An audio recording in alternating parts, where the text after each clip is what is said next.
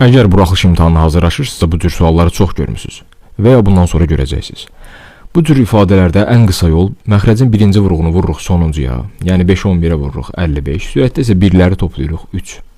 Bu videoda biz bu qısa yolun arxasında dayanan səbəbi araşdırırıq. Niyə birincini sonuncuya vururuq, bəs ortadakılar hara getdi? Baxın, birinci ifadəmizdə 1 bölünsün 5 vur 7. Onun əvəzinə belə bir şey yazmaq olar. 5-də 1 çıx 7-də 1.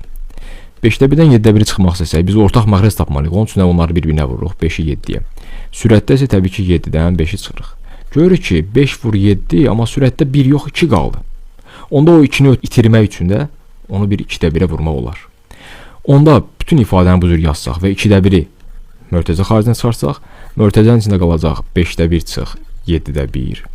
Üstəgəl ikinci bu ifadənin əvəzinə yazırıq 7-də 1 çıx 9-da 1. Üçüncünün əvəzinə isə yazırıq 9-da 1 çıx 11-də 1.